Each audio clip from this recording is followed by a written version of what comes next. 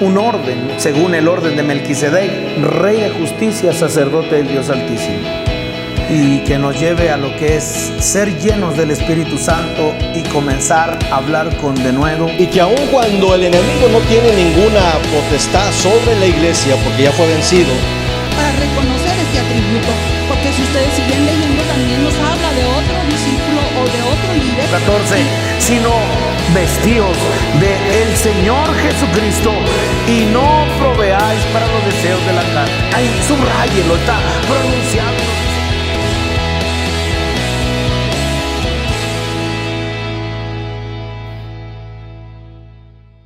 En todo lo que el Señor nos ha mostrado, mis hermanos, hoy quiero compartirles una palabra que el Señor la ha despertado en mí el último mes. He estado compartiendo de ella y voy a invitarles para que hoy podamos estar muy atentos a esta palabra. Les quiero invitar que entremos en una serie que estará basada, mis hermanos, en el Evangelio de Juan y en las 3 epístolas de Juan. Eso sería como una aliciente para invitarles a que pudiéramos estar meditando en todo este mes, en todo lo que tiene que ver Juan, el Evangelio de Juan y las epístolas, primera, segunda y tercera de Juan. Y hablar acerca de esta vida, mis hermanos, ahí vamos a empezar a hablar de la vida de Juan, una vida muy, pero muy hermosa, una vida muy desafiante para muchos de nosotros. ¿Y por qué lo digo? Porque a través de esta vida, mis hermanos, hemos encontrado cómo el Señor trajo cuidado a la iglesia, trajo un cuidado muy, pero muy desafiante para la iglesia del primer siglo. Por ejemplo, cuando hablamos acerca de la vida de Juan, esta vida, mis hermanos, transmitía un conocimiento muy vivo, muy íntimo sobre la comunión, el significado completo de Jesús bajo una comunión. Es una vida que ha transmitido un evangelio muy, pero muy precioso para nosotros, y lo que tiene que ver, un aspecto muy importante, el cuidado para lo que es la iglesia. Quiero decirles que es dentro de lo que la palabra, el Señor me ha mostrado a través de estos libros, Juan y sus epístolas, he visto cómo el examinar el corazón es algo muy necesario para nosotros estar en una seguridad. De hecho, cuando nosotros vemos el sabor de la epístola o de los evangelios, es traer un cuidado a la iglesia, es poder traer sobre la iglesia la evidencia de los hijos de Dios, como diciendo, si Él es luz, los hijos de Dios están destinados a dar esa luz. Si Dios es amor, los hijos de Dios tienen que dispensar el amor de Dios, y así en cada característica que nos habla de la naturaleza de Dios. Pero voy a invitarles que abran sus Biblias en Primera las Crónicas 28:9. Seguramente no vamos a ver muchos de los versos que nos hablan acerca de la prueba, nos hablan acerca de cómo el Señor trae sobre nuestras vidas de tiempo en tiempo poder probar nuestros corazones. Y en estos versos que hemos de leer, quiero que ustedes vean quién pone a prueba el corazón. Es algo muy, muy necesario que la iglesia del Señor pueda considerarlo. Dios ve tu corazón. Dios examina nuestro corazón. Y aquí en las Crónicas 28, en el verso 9, vean de qué manera le habló el Señor a este hombre, el hombre con la mayor sabiduría que ha habido en esta tierra. Y el 28, el verso 9, dice el verso así: y tú, Salomón, hijo mío, reconoce al Dios de tu padre y sírvele con corazón perfecto y con ánimo voluntario, porque Jehová escudriña los corazones de todos y entiende todo intento de los pensamientos. Seguramente que hay versos que nos hacen reflexionar. Este es uno de ellos. Y poder ver que Él pone prueba. Que Él de vez en cuando, mis hermanos, hay estaciones en nuestras vidas, deberían ser a diario, como la manera como el devocional de hombres de muy alto calibre venían delante del Señor y le decían: escudriña mi corazón. Seguramente lo hacían a diario.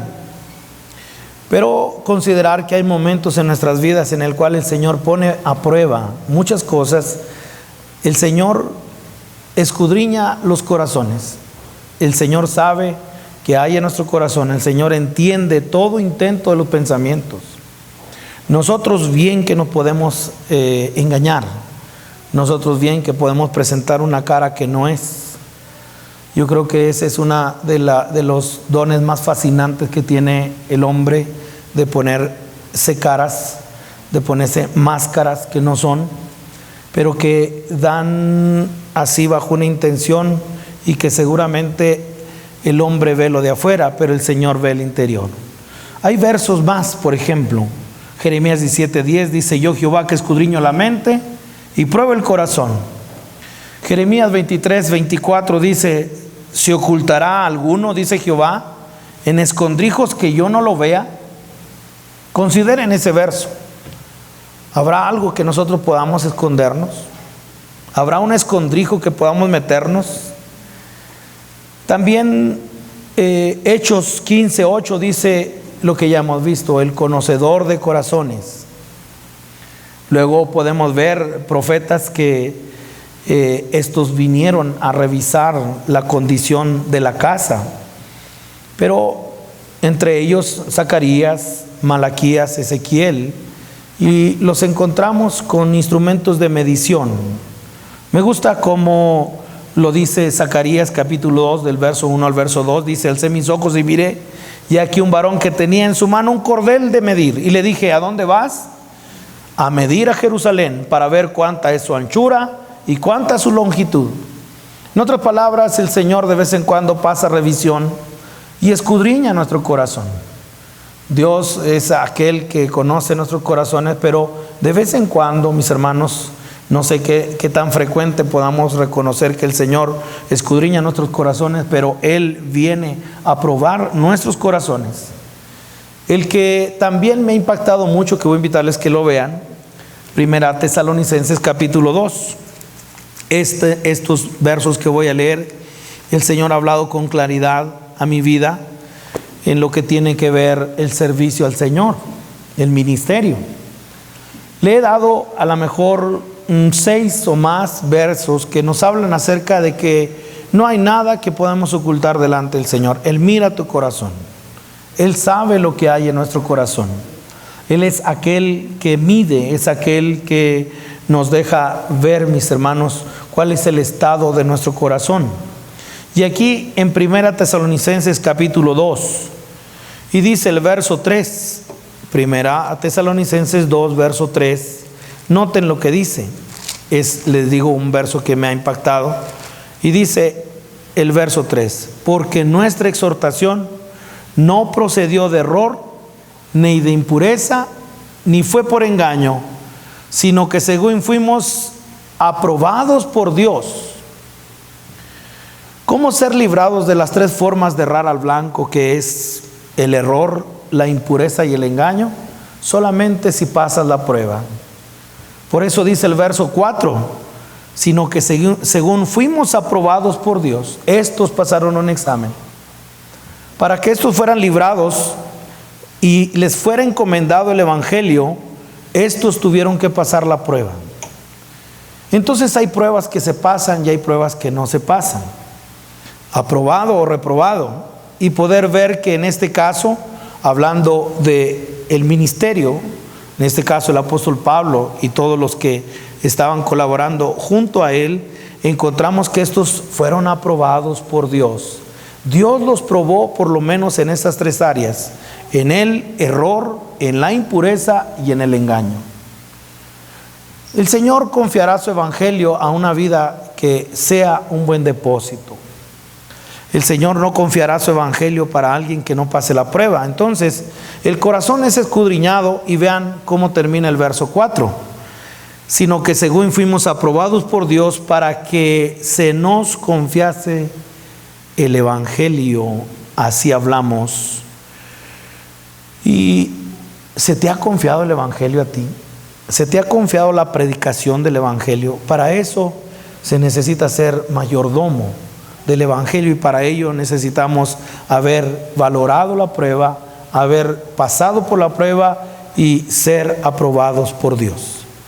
Seguramente que delante de nosotros nadie pasaría la prueba. Seguramente si nosotros nos muriéramos quedaríamos muy reprobados. Pero gracias al Señor, porque Él es el que aprueba, Él es el que reprueba. Y eso a veces es muy difícil de entenderlo, más en la familia, cuando hay cosas que nos reprochan y caen sobre nosotros y sabemos que tienen verdad, y para ellos fuimos reprobados. Pero ¿qué para Dios? Entonces, hablar acerca de por qué centrarnos en estos escritos, porque la condición de la iglesia es una condición que tiene que ser cuidada. La condición de nuestra vida, mis hermanos, la vida espiritual tiene que ser muy cuidada. Por eso, cuando veo lo que el Señor trae a través de la vida de Juan, y más centrado en las epístolas, me he dado cuenta de cómo Juan se dio cuenta de que muchos no estaban pasando la prueba. Juan se dio cuenta que algunos, mis hermanos, estaban siendo reprobados por el Señor, y eso llamó la atención del apóstol para poder traer sobre la iglesia un cuidado. ¿Por qué? Porque cuando nosotros encontramos a quién va dirigida por lo menos sus cartas, encontramos 3 sectores. Seguramente aquí los encontramos. ¿Dónde? Aquí. El primero de ellos, según el capítulo 2 de Primera de Juan, encontramos a quién dirige este escrito. Lo dirige a los hijitos. Entonces, cuando vemos que él dirige a los hijitos, estos son niños pequeños. No estamos hablando como hoy la presentación de Ana Victoria, aunque lo incluye, pero estamos hablando en el sentido espiritual de vidas que conocen al Padre, que conocen el perdón de los pecados. Entonces va dirigido este mensaje a ese sector de la iglesia que está conociendo a Dios, y que en ese conocimiento lo primero que sabe es que los pecados le son perdonados. El siguiente sector, o el siguiente a quien dirige esta carta, es a los jóvenes. Los jóvenes, esto es algo que me ha llamado mucho la atención, porque he visto cómo muchos han pasado de la niñez a la juventud, y he notado cómo el Señor se manifiesta en las vidas de los jóvenes de una manera muy preciosa. Lo he visto aquí, lo he visto en otros lugares, y he encontrado aquellos que son jóvenes, estos están entrando en procesos de madurez, y aquí es donde empiezan las pruebas. Yo creo que en la adolescencia, en las pruebas, en la adolescencia, en la juventud, es donde quizás la prueba es más recia. Quizás el probar para confiar algo y ser dignos de confianza es algo que requiere mucha precisión de nosotros como padre para nuestros hijos adolescentes y también los jóvenes. ¿Por qué? Porque desde la juventud se puede decir no oiré, según el profeta Jeremías. Entonces el sector que agarra Juan es también los jóvenes, y estos están alcanzando madurez porque van creciendo, están siendo desarrolladas áreas en ellos, son desarrollados, y entonces la palabra los presenta como fuertes. Los jóvenes son fuertes, son desarrollados en las escrituras, es decir, tienen un alto entendimiento de lo que es este libro, las escrituras. Y otra característica que tienen los jóvenes es que tienen victoria sobre Satanás, vencen al enemigo, es decir, están madurando. Entonces vea qué hermoso sector en la iglesia que tenemos: los niños que han nacido a Cristo, que han recibido a Cristo y saben que sus pecados son perdonados. Pero luego también encontramos el sector de los jóvenes, y aquí gracias al Señor por los jóvenes. ¿Por qué? Tienen victorias, son fuertes, la palabra del Señor está en sus vidas, van madurando. Y no podemos olvidar el tercer sector de a quién va dirigida esta carta, y es los padres. Esos padres, mis hermanos, son vidas de mucha experiencia, son vidas de tiempo y muy profundas. Tienen tiempo, tienen profundidad, y cuando encuentro esas vidas, mis hermanos, son 3 edades diferentes, 3 diferentes etapas en la vida del creyente, que aquí debe haber ese sector. O eres un niño espiritual, en el cual gloria al Señor. También debe haber entre nosotros jóvenes espirituales, gloria al Señor, y el encaminarnos a la paternidad espiritual. Cuánto anhelamos también esta etapa, una etapa, mis hermanos, en el cual los padres cuidan, los padres traen dirección, y esto es en sí el sector más fuerte que está impregnado en la epístola. Es un anciano, es un abuelo cuidando a los hijitos, es un abuelo que encontramos 90 años tiene Juan, 60 años han pasado desde que, mis hermanos, el Señor le dijo: ven y sígueme. Entonces ahora esta vida es una vida, mis hermanos, que tiene un grado alto de cuidado. Por eso encontramos un lenguaje muy fuerte. Primera de Juan, vayan conmigo, y en el verso 7 del capítulo 1 encontramos una palabra clave: hermanos. La 60 no lo expresa mucho, pero está diciendo amados míos. Cuando dice hermanos, es capítulo 2, verso 7, hermanos. Y cuando dice hermanos, está diciendo amados míos. Vean el amor entrañable que tiene para la iglesia. Yo creo que una de las características más grandes que debe tener el liderazgo hoy es amar a la iglesia del Señor, cuidar de la iglesia del Señor. Una de las características fuertes del liderazgo hoy, todos aquellos que anhelen el liderazgo espiritual tienen que amar a la iglesia, no despreciar a la iglesia, no golpear a la iglesia, sino amar a la iglesia. Pero en el mismo capítulo 2, verso 1 encontramos otro lenguaje, y es hijitos. Está un amor entrañable, es un abuelo, mis hermanos, cuidando de los niños. Tiene un grado sentido, muy agudo, Juan. Es una vida que está velando por la iglesia. Y entonces, mis hermanos, he sido muy desafiado en poner estas 4 pruebas. Él, en todo lo que está viendo en la iglesia del Señor, no puede dejar sin llevar a la iglesia a ponerle una evaluación, por decirlo así. Y entonces presenta 4 pruebas para que pudiera verse lo verdadero. 4 pruebas para poder definir en la iglesia un cristianismo que fuera verdadero, un cristianismo que fuera puro. Y en esto he sido, como les digo, muy, pero muy desafiado, a razón de que es necesario que nosotros, con amor del Señor, podamos exponer a la iglesia, y que cada uno de nosotros pudiera tener un autoexamen, ser expuesto a la palabra y poder hacer una pregunta: ¿realmente tú eres un verdadero cristiano? ¿En qué consiste el verdadero cristianismo? ¿Se ha preguntado si usted es considerado como un verdadero o es uno más que dice ser cristiano? Pero cuando nosotros vemos la iglesia del primer siglo, mis hermanos, muchos de ellos estaban abortando, muchos de ellos, imagínense, Nerón acaba de poner un edicto, y es que para poder unificar lo que es el reino, el imperio romano, tendrían que unificarse a través de lo que es prácticas religiosas. Eso quiere decir que ahora todos tenían que adorar lo mismo, todos tenían que postrarse ante César, todos tenían que practicar lo mismo. Y entonces ahora, para que todo aquel que no pudiera rendirse en esa adoración, ahí estaba el circo romano.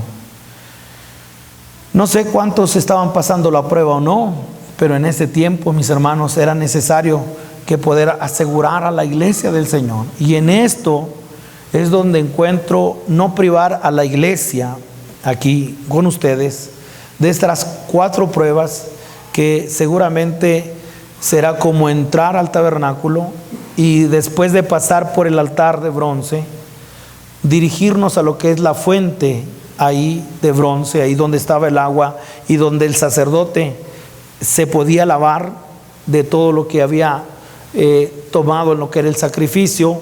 para luego entrar al lugar santo y después al lugar santísimo. Pero también en esa fuente es dada ver, mis hermanos, con qué limpiará el joven su camino, con guardar la palabra. Entonces viene a ser como un espejo. La fuente de bronce viene a ser como un lugar en el cual se podía reflejar. Y yo creo que eso es lo que hace la palabra del Señor, y puede hacerlo en esta hora. Que a través de pasar estas 4 pruebas, y que cada uno de manera personal pueda ver si pasa la prueba, si pasa el examen. Si no, le quiero decir que está en un grave peligro. Si usted no pasa estas pruebas, son 4 tomadas de aquí del Evangelio de Juan, y tomadas de la primera, segunda y tercera epístola de Juan. Seguramente estamos en un lugar muy, muy, muy comprometedor en base a una cosa: lo que está en juego es tu alma. Esto para la iglesia debe ser seguridad. Esto para nosotros debe ser un área de decir, las tengo las 4, sino más bien poder velar y decir, Señor, ayúdanos. La primera prueba es una prueba doctrinal. Yo sé que nosotros hacemos una diferencia entre lo que es la palabra del Señor y lo que es la doctrina. Fuimos muy bendecidos en este retiro, mis hermanos, cuando un pastor, el pastor Adolfo de Chile, nos ministró acerca de lo que era la doctrina básica. Doctrinas básicas, como es el que roba, no robe más, como es perdona, como es si alguien te obliga a cargar una milla, ve con él 2, cosas muy prácticas en el cuales simplemente hay que hacerlos. La prueba doctrinal, mis hermanos, es muy sencilla. ¿Cómo piensas tú de Cristo? ¿Cómo piensas tú de Cristo? Otra manera de decirlo, como el Señor lo dijo en Mateo 16, ¿quién dicen los hombres que es el Hijo del Hombre? Pero luego dejó de apuntar de una manera general y le dijo a sus discípulos de una manera muy individual, ¿quién decís que soy yo? Esta es la primera prueba que tiene que ser expuesta a la iglesia para que pudiera pasarse este examen. ¿Por qué? Porque cuando nosotros vean, la filosofía griega, mis hermanos, estos tuvieron una gran influencia en el pensamiento cristiano. Y estos hicieron algo, mis hermanos, que en lo personal ha traído sobre mí un desafío fuerte en lo que tiene que ver dividir lo espiritual a lo natural. Nadie se ha especializado tanto como los griegos para poder hacer esta distinción, mis hermanos. Ellos nunca pudieron unir lo espiritual con lo material. Nunca ellos pudieron, mis hermanos. La influencia griega es enemiga fuerte del cristianismo. La filosofía griega es una influencia fuerte para nosotros. Y yo veo que hasta hoy esto ha traído estragos dentro de lo que es el entendimiento del Señor. ¿Por qué? Porque estos separaron lo espiritual de lo natural. Si ustedes captan esto, captan mucho. Lo que hicieron los griegos, la filosofía griega, fue separar lo espiritual de lo natural. Entonces ellos utilizaban 2 lenguajes, lo sagrado y lo secular. Pensamientos como hacer la separación, lo temporal y lo eterno. Separaron el cuerpo y el alma. Ellos dijeron el cuerpo es malo, el alma es buena. Ellos decían lo físico es sucio. Ellos decían lo secular, sí, es malo, y lo sagrado solamente le pertenece a Dios. Esa herejía vino a ser combatida por Juan. Es una herejía, mis hermanos, en el momento cuando alguien pueda pensar de estas 2 maneras. ¿Por qué? Porque eso produce sobre nosotros un mal entendimiento de quién es el Señor. Entonces, me recuerdo, siempre lo digo, nosotros fuimos criados bajo una enseñanza, hablo personalmente, bajo una enseñanza de un hombre que ya murió y que siempre de él aprendí yo la palabra secular. Hermanos, en nuestra vida secular nosotros hacemos esto y esto y esto. Hermanos, en la vida secular hacemos esto y esto y esto. Lo que nos estaba diciendo es de que allá afuera nosotros estábamos expuestos a un tipo de vida y que la vida en el Señor era muy diferente. quiero decirles que él nunca pudo unir lo espiritual con lo secular. En otras palabras, generaba un doblez de pensamiento en nosotros. En la iglesia se pone de una manera y afuera de otra manera. Eso trajo sobre nosotros nunca unir lo espiritual con lo natural. Estoy elaborando. ¿Por qué? Porque ahora los griegos empiezan a decir, el primero fue Platón. Platón dijo lo espiritual es más real. Pero Aristóteles dijo lo físico es más real. Y entonces comienza él, hablando de Aristóteles, empieza a enseñar acerca de la evolución. Este fue el primero que puso a prueba lo que es, lo que comenté en ocasiones pasadas, lo que es la llamada generación espontánea. No voy a meterme en todo eso, simplemente es que la filosofía griega lo que hizo es dividir lo secular de lo espiritual. Ellos, lo espiritual era sagrado, lo material era sucio, y entonces nunca pudieron unirlo. Entonces ellos dividieron la realidad de lo físico con lo espiritual. Ahora nosotros tenemos un problema fuerte. La cultura occidental tiene un problema fuerte porque no podemos unir las dos cosas. Estamos bien influenciados por los griegos y entonces tenemos ideas, todo esto ahora transmitirlo en el conocimiento del Señor. Y aquí Jesús, ¿qué pensamos de Jesús? ¿Jesús fue humano o Jesús fue divino? ¿Jesús era más Dios y menos hombre, o era más hombre o menos Dios? Y esa es la primera prueba que pone. Parece muy complicado, ¿no? Pero esa fue la influencia de la filosofía griega. Hasta hoy nos ha arruinado. ¿Por qué? No te fijes en mí, fíjate en Dios. Otra, el tesoro y el vaso está sucio, el vaso está corrompido. Del vaso espéralo todo lo feo. El tesoro, amén, amén.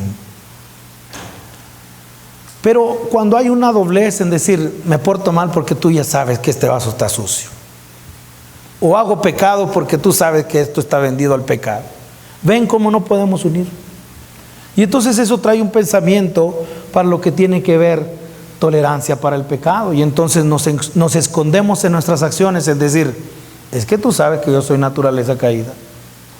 No sé si ustedes puedan verlo, pero entonces no podemos unir. No te fijes en mí, fíjate en Dios,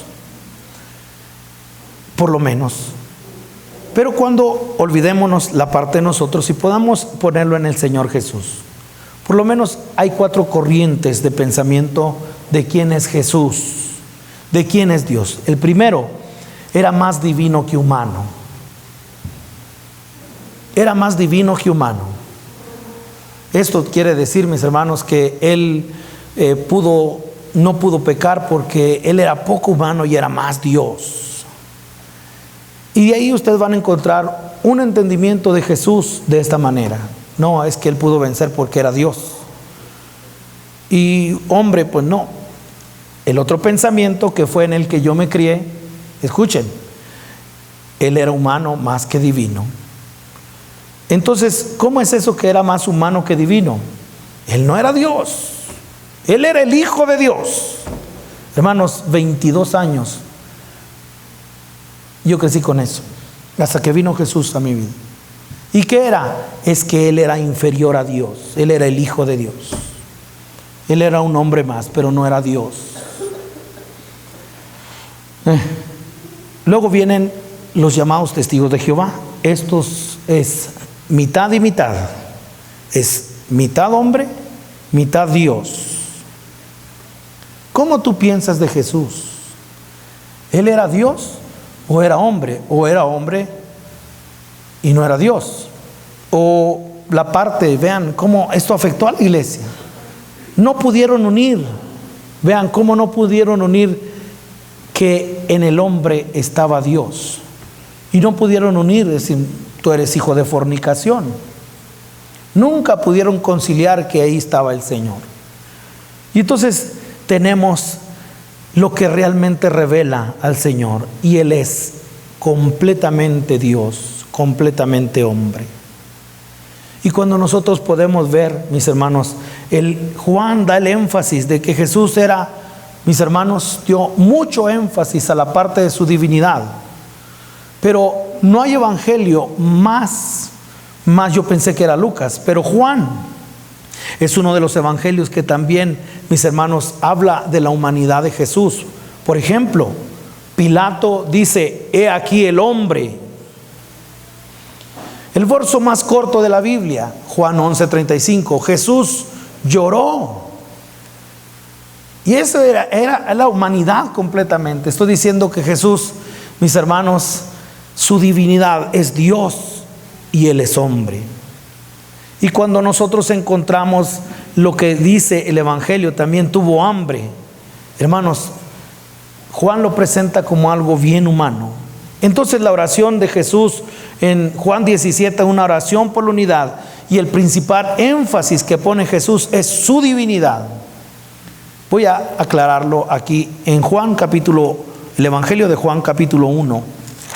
Juan capítulo 1, verso 1. Vean cómo Juan está llevando a la iglesia. ¿Tú quién dices que es Dios? Y entonces cuando nosotros vemos la primer prueba, era una prueba, mis hermanos, de realmente el conocimiento del Señor. ¿Por qué? Los griegos decían, ¿saben lo que decían los griegos? Esta es una corriente de la nueva era. La nueva era dice lo siguiente. Ellos dicen que Jesús, mis hermanos, en el momento que fue bautizado, en ese momento vino el Cristo en él. Y en el momento que él murió, salió y vino la ascensión y el cuerpo fue puesto en la sepultura. Es una corriente. Y nueva era, y cuando nosotros vemos tantas doctrinas que nos hablan de Jesús, decir no, Él es hombre y Él es un hombre y no es Dios, o es Dios y no es hombre. Vean lo que expresa Juan capítulo 1, verso 1, concerniente a Jesús. Número 1 dice: en el principio era ¿quién? El Verbo. Aquí me voy a detener porque acuérdense que el primer evangelio que se escribió fue Marcos, y empieza a hablar de Jesús a los 30 años de su ministerio. Entonces el primer evangelio que fue escrito fue Marcos, y cuando él va a hablar de Jesús dice: voy a empezar a los 30 años de su edad. Allí empieza, mis hermanos, a hablar de Jesús en su ministerio. Eso sería como antes, mis hermanos, en la ciudad se publicaba, no sé cuántos se acuerdan del Extra, pero era a las 12 del día, mis hermanos, encontrábamos en las calles un periódico que salía a esa hora, ¿verdad? Y era las noticias más actualizadas, es decir, había un periódico para en la mañana, desde madrugada, pero había uno a mediodía. Como que así viene a ser el Evangelio de Marcos, hablar acerca de Jesús en lo que tiene que ver su ministerio, desde los 30 años. El segundo que se escribe es Mateo, y Mateo, mis hermanos, dijo no. Él pone su origen en el padre Abraham, en la genealogía. Y él dice: Jesús, hijo de Abraham, hijo de David, hijo de Abraham, dice Mateo 1:1. Entonces vean, uno lo define a Cristo desde lo que es sus 30 años. Mateo lo define desde lo que es el padre Abraham. Pero viene Lucas, y Lucas dice no, desde Adán. Y entonces empieza a poner un punto de partida para describir a Jesús desde Adán. Y vean cómo Juan, mis hermanos, va hasta el origen, desde el principio. Juan va hasta desde una perspectiva, mis hermanos, en lo que es un conocimiento de quién es el Señor. Y vea qué dice de Jesús. Aquí Juan 1:1 dice: en el principio era ¿qué? El Verbo. El Verbo era con Dios y el Verbo era Dios. 4 cosas Juan dice de Jesús. Número 1, primero lo llama el Logos. El verbo, la palabra, la traducción de la 60 habla acerca de lo que era el verbo. Otra dice la palabra, pero la palabra, mis hermanos, original es logos. Y entonces hay 4 cosas que Juan dice de Jesús. Lo primero es que Él es eterno, su eternidad. Vea cómo describir a Jesús. Y aquí es lo más práctico, aún en eso que parecía profundo, pero vean la simplicidad, cómo pone Juan el conocimiento del Señor. Y lo primero que dice es que Jesús es eterno. Él no nació, mis hermanos, hace 2000 años. No, él dice: Jesús es eterno en el principio era el verbo, esa palabra en la eternidad pasada. Lo segundo que dice es que es personal. Y aquí da paso a uno de los mensajes más extraordinarios de Juan. Dios es amor. Nunca ustedes encontrarán en el Antiguo Testamento que diga Dios es amor. En el Antiguo Testamento es Dios te ama. ¿Pero por qué? Porque ahora presenta a Jesús personal. Hermanos, la Trinidad. Pero vean lo que dice: y el verbo era con Dios. El Logos estaba cara a cara con Dios. Describe a una persona frente a la otra, diciéndole una cosa: te amo. ¿Por qué los judíos nunca pudieron decir Dios es amor? Porque ellos no creían en los tres dioses. Ellos no creían en la Trinidad. Ahora es algo también importante que veo que te podamos definir. La divinidad, hablando de la Trinidad. ¿Tú sabes definir bien lo que es Dios? Dios es uno, amén. Pero hay una corriente pero muy, acuérdense que estamos en examen, estamos en una prueba. Hay una corriente en este tiempo que trajo una desviación. Fue una iglesia, mis hermanos, un ministerio que tenía revelación en las Escrituras. Pero aquí fue donde se perdió. No pudieron definir lo que era la divinidad, hablando acerca del Dios Trino. ¿Y saben cómo lo representaban? En modalidades. Voy a poner el ejemplo. Un atleta. El llamado atleta que tiene tres modalidades. El triatlón. Entonces la primera modalidad es correr, 42 kilómetros. Y entonces cuando alguien lo ve dice, esa es la modalidad de corredor. Pero y luego él mismo quita esa modalidad y ahora se pone en una bicicleta. Y entonces ahora tantos kilómetros o millas andando en bicicleta. Pero y luego toma otra modalidad. Y la otra modalidad es alguien que va a nadar. O igual. Uno solo haciendo tres cosas. Y muchos definen así la divinidad o la Trinidad, creyendo que en la eternidad pasada Él era Padre. Pero y luego viene lo que es la redención y entonces Él ya no se pone Padre, ahora es Hijo. Y ahora viene la parte de la era de la iglesia y ahora Él es Espíritu Santo. Uno solo haciendo tres cosas, hermanos, esa no es la Trinidad. Eso no es el Señor. Es un Dios manifestado en tres personas. Y cuando nosotros vemos aquí el Logos, estamos hablando de la segunda persona de la Trinidad. Estamos hablando de lo que es el Verbo. Estaba con Dios, cara a cara con Dios. Y ahí es donde encontramos la comunión perfecta. Ahí es donde vemos la familia perfecta. Y es donde entendemos la parte de lo que es en Él no hay división. Ahí es donde nosotros podemos ver, hermanos, no una modalidad, sino dentro de la personalidad de cada uno, el Padre, el Hijo, el Espíritu Santo. Y en todo esto, mis hermanos, un lenguaje entre ellos, amor. Entonces lo segundo que dice Juan acerca de Jesús es de que Él, mis hermanos, es un Dios personal. Llevamos dos: Él es eterno. Número dos, Él es personal. Y número tres, Él es divino, Él es Dios. Y el Verbo era Dios. Y encontramos dentro de lo que es la definición de Juan, en la parte de lo que tiene que ver la prueba que tenía que tener la iglesia. Venía lo cuarto, falta lo cuarto. ¿Cuál es lo cuarto? Verso 14. Esto es lo cuarto que dice Juan de Jesús y lo describe en un conocimiento práctico. Él es eterno, número uno. Él es personal, Él es Dios. Y lo tercero, mis hermanos, es: y aquel Verbo fue hecho carne. Y aquí vino la dificultad de los griegos. No podían unir lo espiritual con lo natural. Nunca pudieron unir lo espiritual con un cuerpo, mis hermanos. Pero lo que dice, no lo dice como dice Filipenses. Filipenses dice que tomó semejanza de hombre. Aquí no dice que tomó semejanza de hombre. Aquí dice: el Verbo se hizo carne. Y encontramos lo cuarto acerca de Jesús. Encontramos que Él se hizo carne, habitó entre nosotros. Un hombre que tuvo hambre, que tuvo sed, que lloró. Y ahí es donde nosotros podemos ver la humanidad, 100% Dios, 100% hombre. Esa es la prueba en la cual, mis hermanos, el cristianismo real ha pasado por años, mis hermanos, por décadas, en un conocimiento práctico de quién realmente es Jesús.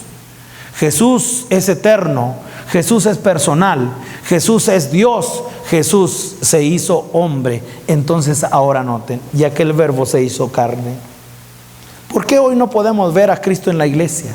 No podemos otra vez unir. Está bien con Dios, pero con la iglesia yo no tengo nada. El cuerpo es la iglesia.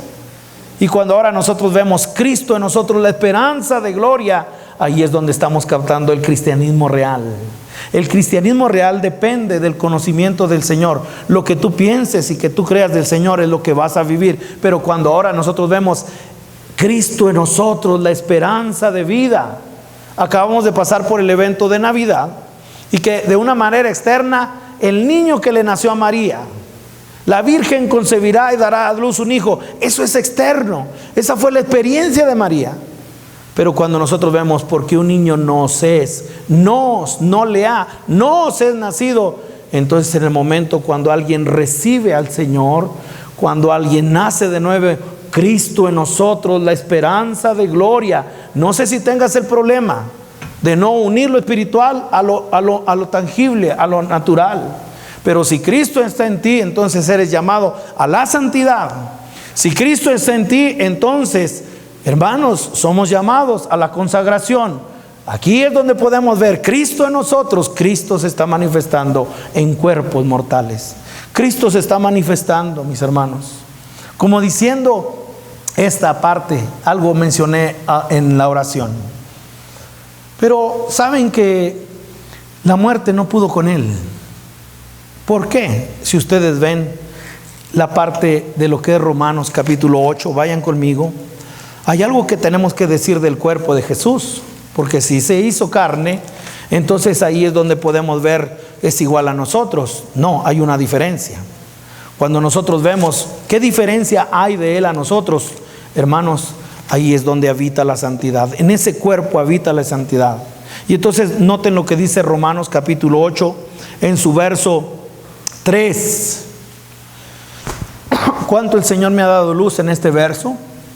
Pero noten 8:3 dice, porque lo que era imposible para la ley, por cuanto era débil por la carne, Dios enviando a su Hijo en semejanza de ¿qué? De carne de... Hermanos, aunque tenía todo esto, aunque tuvo carne, nunca se asentó en él la naturaleza caída. Esa es la diferencia. ¿Ha escuchado acerca del nuevo orden mundial? De toda esa tontería que traen hoy. Hermanos, si pudiéramos nosotros rescatar ese término, pudiéramos decir, aquí está la nueva humanidad en Cristo Jesús. Una humanidad donde no hay pecado, donde no se asienta una carne, donde no se asienta el pecado, el llamado del Señor a nuestra vida. No sé si tengas el problema de la filosofía griega, que no puedes unir lo espiritual a lo que es lo natural. Pero aquí la semejanza fue de pecado, pero no una carne de pecado como la nuestra. Nosotros sí, en esta carne habita el pecado, pero cuando hablamos de Cristo, estamos hablando de otra cosa. Estamos hablando de algo, hermanos, en el cual en él no hay pecado. Aunque tuvo cuerpo, aunque tuvo carne, huesos, aunque tuvo emociones, aunque tiene emociones. Y cuando nosotros, así como lo has visto, así va a descender. Cuando hablamos acerca de Cristo se hizo hombre, hermanos, en esa humanidad, en esa carne, no habitó el pecado. La pregunta es, bueno, ¿y para qué tomar carne y sangre? ¿Para qué hacerle un cuerpo humano? Hebreos capítulo 2. Hebreos capítulo 2. Esta es la prueba, hermanos, que si no la pasas, estás en herejía. Si no pasas esta prueba, estás en una herejía. Y aquí es donde podemos nosotros ver el énfasis que le da, el reconocer. ¿Cómo reconocer, hermanos, bajo lo que es la dirección que trae el Señor? Y Él es Dios, 100% Dios. Pero Él se hizo hombre, Él se hizo carne. Y aquí es donde nosotros podemos ver el propósito. Bueno, ¿y por qué se hizo carne? Bueno, ¿y por qué se hizo carne y sangre? Vean, 2:14. Así que por cuanto los hijos participaron de carne y sangre, Él también participó ¿de qué? De carne y sangre. Él participó también de lo mismo para destruir por medio de la muerte al que tenía el imperio de la muerte, esto es, al diablo. En otras palabras, la redención del hombre, el hecho para que Él se hiciera hombre, era para redimir toda la humanidad. Y ahí es donde nosotros encontramos el Evangelio de Juan. ¿Quién dicen los hombres que es el Hijo del Hombre? Ahí encontramos la definición de la primera prueba, que vendría a ser, mis hermanos, Juan, primera de Juan, capítulo 4. Ahora sí hago base en esta parte. Primera de Juan, capítulo 4, el verso número 1, 4:1. Amados, ¿qué dice? No creáis a todo espíritu, sino probar los espíritus si son de Dios, porque muchos falsos profetas han salido por el mundo. En esto conoced el espíritu de Dios. Todo espíritu que confiesa que Jesucristo ha venido en carne es de Dios. El problema era fuerte en este tiempo. Y entonces ahora la sabiduría del Señor a través de esta vida trae sobre nosotros dirección y decir, ¿realmente tú conoces al Señor? Porque esto es en la parte práctica y es Cristo en nosotros, la esperanza de gloria. En esta carne, mis hermanos, habita Cristo. En este cuerpo habita Cristo.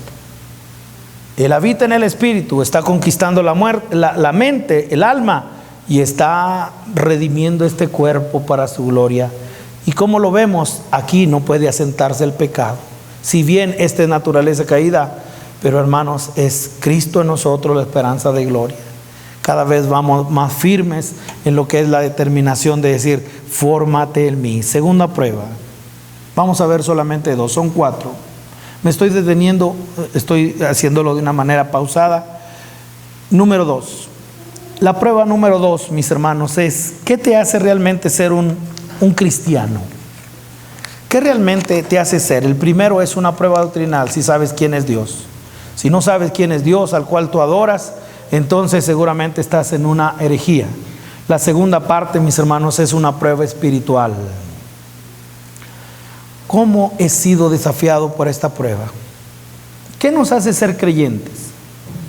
Hermanos, tenemos nosotros varios ejemplos de personas que tocan nuestras casas y van con una Biblia. Nos invitan a formar parte quizás de alguna iglesia y nos invitan a leer la Biblia.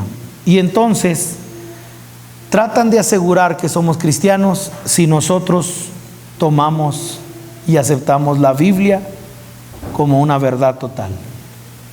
Estoy diciendo que llevar a una vida a Cristo por un verso de las Escrituras,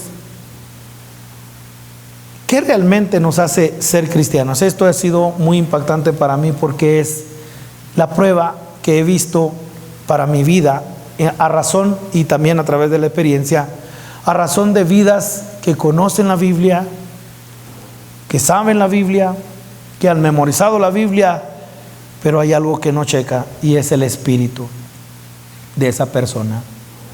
La prueba espiritual, somos hijos de Dios, no porque sabemos Biblia. Somos hijos de Dios no porque predicamos. Somos hijos de Dios no porque sabemos homilética, hermenéutica y sabemos hacer temas, o porque tenemos células. Somos hijos de Dios y hemos recibido el Espíritu de Dios. La prueba máxima del cristianismo es el Espíritu Santo en una vida, hermanos. ¿Podrá saber Biblia usted o yo? Podremos saber predicar, podremos griego, hebreo, lo que tú quieras, pero si la evidencia no es el Espíritu de Dios en tu vida, no hay testimonio que seas hijo de Dios. ¿Qué prueba? ¿Qué prueba? Pensar que con un verso de la Biblia, ha pensado en vidas que son Biblias andantes, vidas que son Biblias andantes. ¿Se han topado con algunas personas que saben Juan 3:16 y saben Apocalipsis 2:14? ¿Se ha puesto a pensar en algunas vidas que se ha encontrado y que por saber Biblia ellos dicen que son cristianos? Hermanos, el tiempo que está viviendo Juan, la iglesia primitiva, el primer siglo, es de que la prueba máxima era la prueba del Espíritu. Escuche, somos hijos de Dios porque recibimos el Espíritu de Dios. Romanos capítulo 2, esta es la prueba máxima. Por eso, ¿cuánta carga hay sobre mí en el instituto?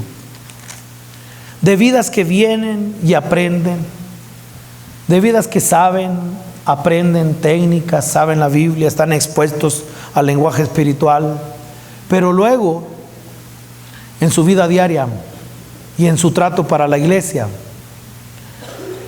no es el Espíritu de Dios. No es cuánta Biblia sabes, no es cuántos versos has memorizado. La prueba máxima no es si traes una Biblia y un pescadito, no es si te paras aquí y das una palabra. La prueba máxima que eres hijo de Dios es el Espíritu de Dios, es el Espíritu Santo, es la llenura del Espíritu Santo. Hermanos, esto me ha impactado tanto. Romanos capítulo 8. Sí he encontrado vidas así que saben mucho, pero los tratas y dices, el carácter de este no ha sido formado, ni siquiera ha sido tocado. ¿Ha encontrado de esos cristianos? Vean, esa sería la segunda prueba, hay 4. Pero aquí en la segunda prueba, vean, verso 14. Porque todos los que son guiados por el Espíritu de Dios, estos son hijos de Dios. No que recite Biblia, no que sepa doctrinas, el Espíritu de Dios. Verso 15. Pues no habéis recibido el espíritu de esclavitud para estar otra vez en temor, sino que habéis recibido el espíritu de adopción por el cual clamamos, Abba Padre. Verso 16, el Espíritu mismo da testimonio a nuestro espíritu de que somos hijos de Dios. Y aquí es donde puedo ver, mis hermanos, lo que da testimonio es el Espíritu. Vaya otra vez a Primera de Juan capítulo 4 verso 1. Vean la prueba. Quitarle el espíritu a la palabra, entonces es la letra mata. Necesitamos un mover genuino del Espíritu Santo. Necesitamos el testimonio del Espíritu de Dios. No cuánto sepas de la Biblia, no si te graduaste en el instituto o si estás yendo a uno. Hermanos, eso no dice nada.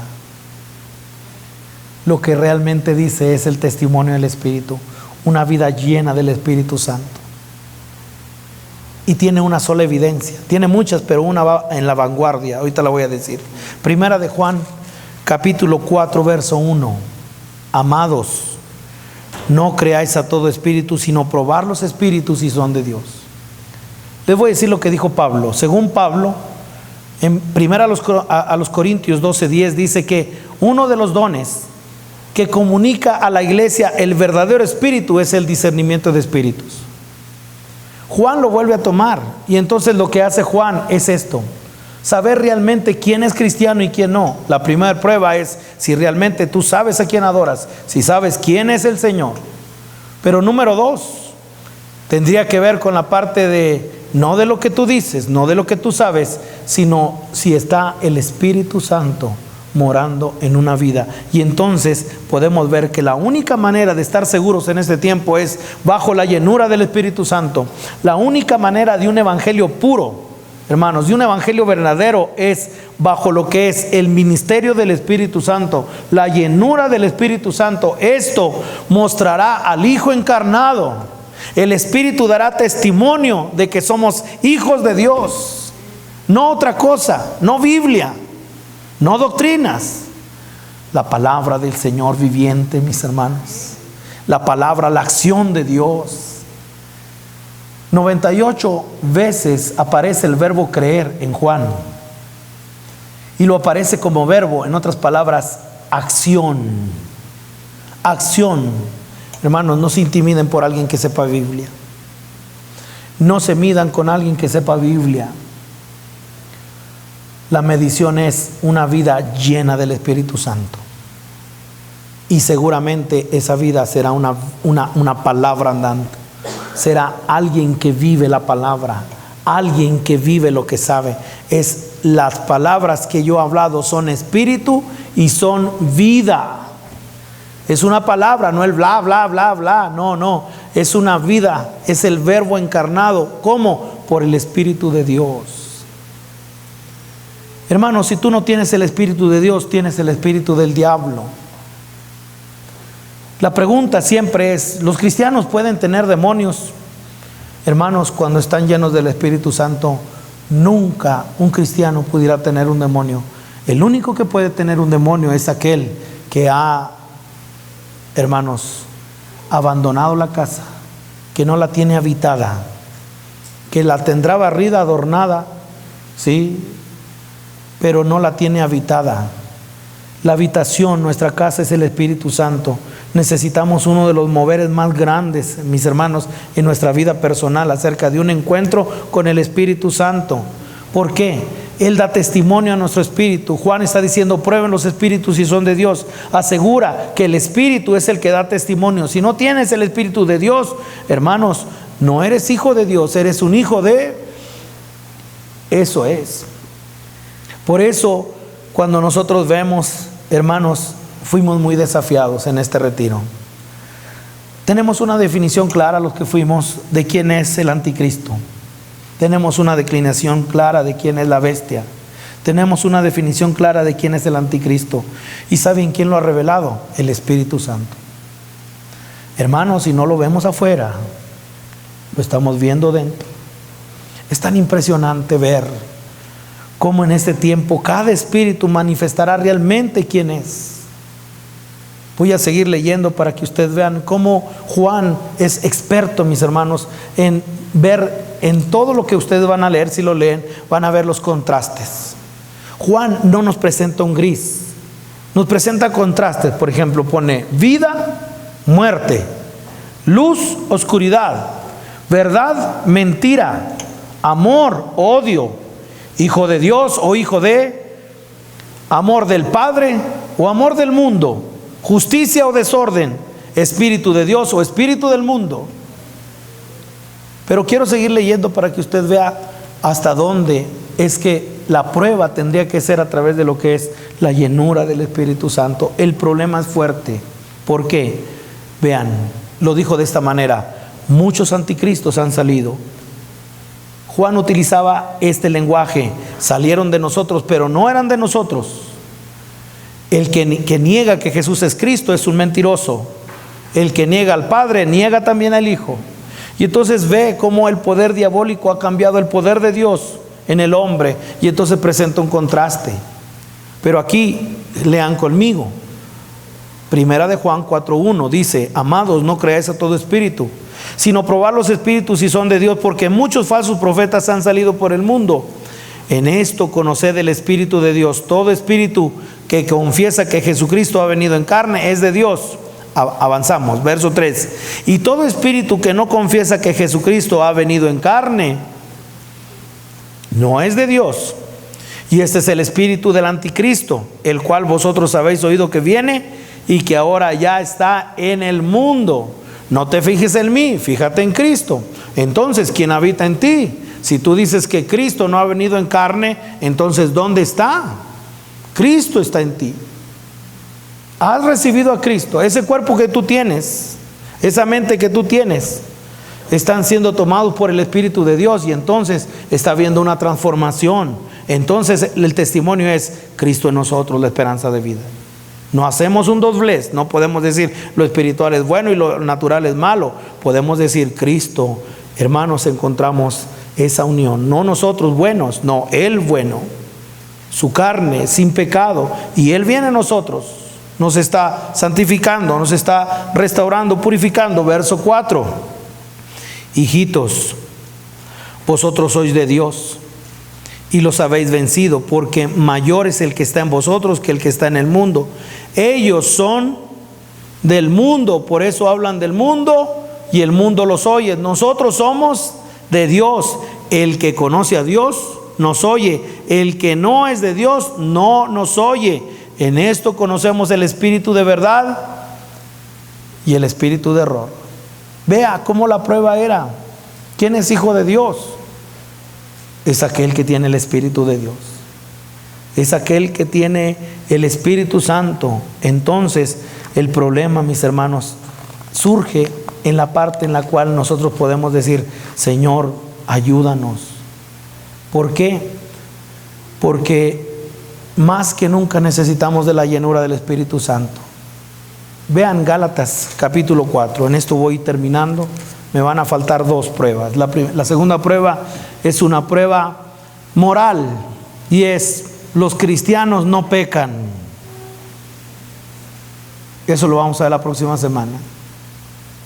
Es inconcebible que un cristiano peque.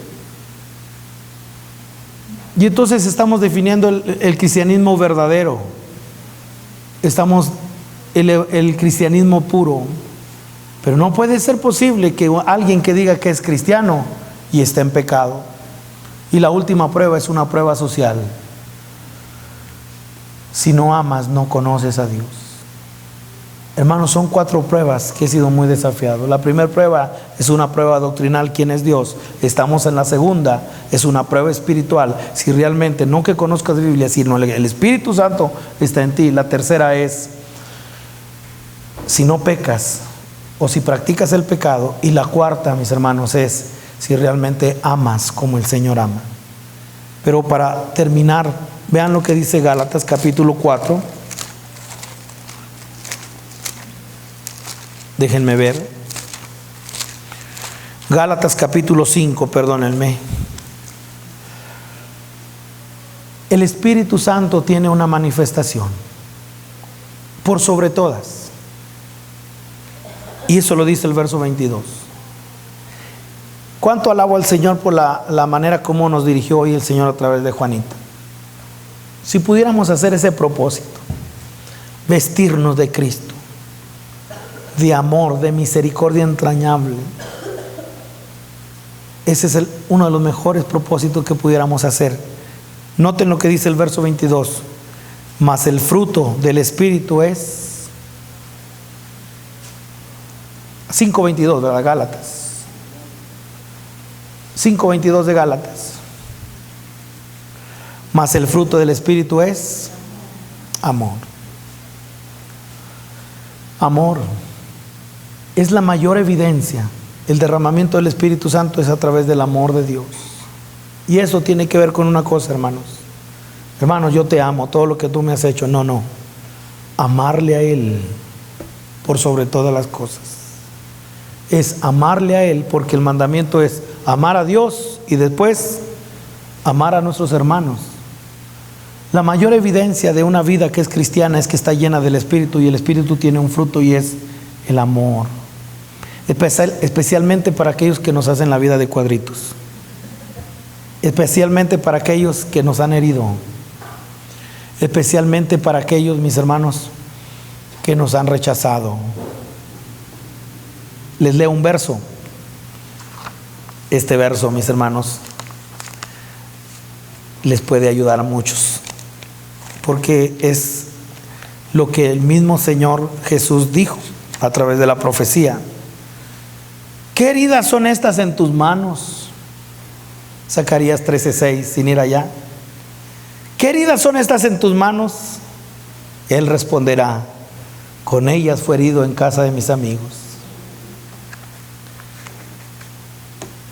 No esperen mucho de los enemigos, espera más de los amigos, de los familiares. Pero es la profecía cuando le van a decir a Jesús: ¿y esas heridas quién te las dijo? ¿Quién te las hizo? Y el Señor respondiendo: esa me las hicieron en casa de mis amigos.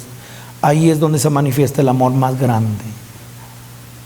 El amor más grande, mis hermanos, es con aquellos que nos persiguen, con aquellos que blasfeman, con aquellos que han herido a nuestra familia quizás, con aquellos que han malinterpretado nuestras acciones. Ahí está el amor, ahí está el fruto del Espíritu Santo, ahí está la mayor evidencia. ¿Qué valor tiene que el hermano que te puede devolver una invitación, tú le dices, ven, te invito, y sabes que te va a regresar la invitación, parafraseadamente hablando? Es mejor darle a aquel que sabes que no te va a revolver nada. Y cuando nosotros vemos lo que es la prueba del amor, hermanos, tiene una característica. El Espíritu Santo tiene una manifestación y es el amor. La mayor prueba para un cristiano, mis hermanos, es no cuánto sabe de la Biblia, sino si el Espíritu de Dios está en él. Ama al Señor por completamente. Y después ama a sus hermanos. Bien rápido, Primera de Juan, voy terminando, capítulo 4. Verso 12. El Señor trae una concesión. Piensa en una persona que te ha ofendido en esta semana, o que no puedes sobrellevar lo que ella te dijo. Ámala. Mis hermanas, amen a sus esposos. No tienen ningún derecho, así como nosotros, ámenlos. Es que no tienen ninguna posibilidad, ningún derecho de ser amado. Ámalo. Jesús amó. ¿Saben cuál es la mayor evidencia de una persona que ama? Piensen en una nación que todo el mundo la odia. Piensen en una nación que no tiene ningún derecho para ser amada porque rechazó a nuestro Señor Jesucristo. Los judíos es un pueblo que no merece ser amado. Esa es una de las mayores manifestaciones de alguien que ama. Ama a Jerusalén, ama al pueblo judío. A ese nivel es donde nosotros podemos llegar para hablar del testimonio del Espíritu Santo. Y aquí vean, capítulo 4, verso 12.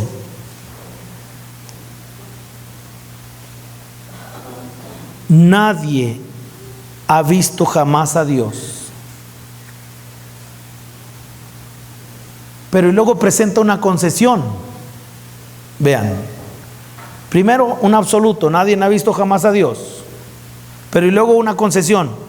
Si nos amamos unos a otros, Dios permanece en nosotros y su amor se ha perfeccionado en nosotros.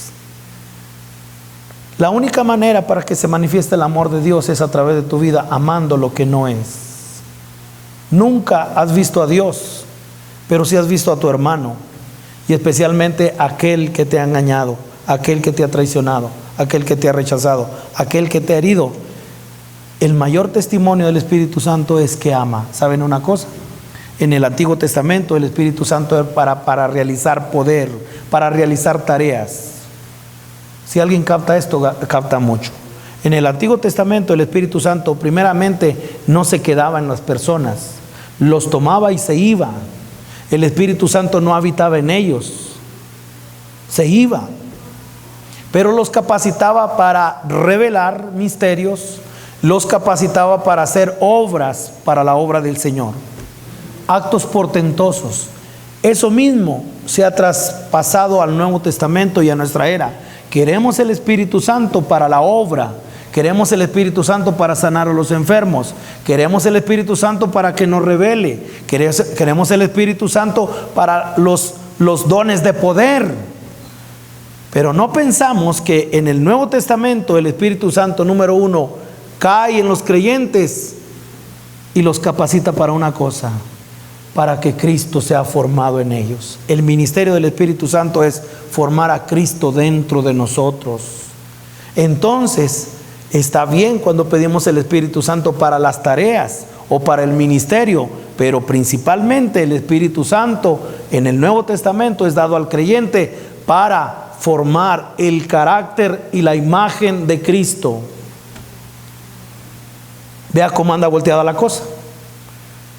Entonces, la manera como tú puedas amar a tu hermano, cómo tú puedas ser paciente cuando no llega el pago, tú puedas ser paciente cuando no te promueven en tu trabajo, cómo puedas ser paciente para con las malas actitudes de otro, la manera como tengas amor entrañable, esa es una vida del Espíritu Santo, llena del Espíritu Santo. Oye, le han hecho lo que le han hecho y ama, es que está lleno del Espíritu Santo. La mayor manifestación es el amor. Hermanos, la cuarta prueba la vamos a ver la semana que viene y es la prueba del amor. La tercera que no vamos a ver tampoco es la prueba moral y es si realmente un cristiano puede pecar. Tengo algunas preguntas para que ustedes me ayuden a contestarlas y pudiera ser de esta manera, que ustedes me ayudaran a contestar. Un cristiano, pensando en el pecado, ¿es incompatible que un cristiano pueda pecar? ¿Es intolerable que un cristiano pueda pecar? ¿Es explicable que un cristiano pueda? ¿Es aceptable que un cristiano pueda pecar? ¿Es inaplicable que nosotros pequemos? ¿Es inconcebible que nosotros pequemos? Y entonces ahora la tercera prueba. Mis hermanos, espero que en estas dos, número uno, que tú sepas quién adoras, quién es Dios, número uno, quién es el Señor Jesús, y número dos, espero que también pases la prueba de qué te hace un verdadero cristiano, si eres lleno del Espíritu Santo, si es el testimonio del Espíritu Santo. Oremos al Señor. Invito a mis hermanos de la alabanza que vengan y oremos. Señor, muchas gracias por tu palabra, gracias por lo que haces, Señor, en nuestras vidas. Gracias. Dispuestos a tu palabra, reconociendo que nada hay que podamos hacer, sino simplemente dependiendo de ti, Señor. Señor, te queremos pedir, Señor, que te sigas revelando a nuestras vidas. Queremos conocerte bajo un conocimiento no teórico, sino un conocimiento muy práctico de comunión, Señor. Queremos pedirte también, Señor, que la necesidad más grande que tenemos en este tiempo es la llenura del Espíritu Santo. Te pedimos, Señor, que nos llenes. Te pedimos que traigas, Señor, de tu presencia a nuestras vidas. Te pedimos, Señor, que traigas sobre nuestras vidas, Señor, esa unción que nos lleva, Señor, a vivir y también a andar, Señor, en el nombre de Jesús. Que nos llenes de tu paz, que nos llenes de tu gozo, que nos llenes, Señor, de ese amor entrañable, de esa misericordia entrañable. Señor, delante de tu presencia estamos, encomendamos la vida de tu pueblo, Señor, a tu obra, y que de la manera como, Señor, usted está obrando, Señor, podamos decir: heme aquí, Señor, delante de tu presencia estamos. Líbranos de lo falso, líbranos de lo que es contrario, Señor, a ti. Líbranos, Señor, del espíritu del mundo, líbranos del espíritu del anticristo. Señor, danos el Espíritu Santo, danos tu presencia, Señor. Te lo estamos rogando, te lo estamos implorando en el nombre que sobre todo nombre, en el nombre de Jesús. Amén y amén.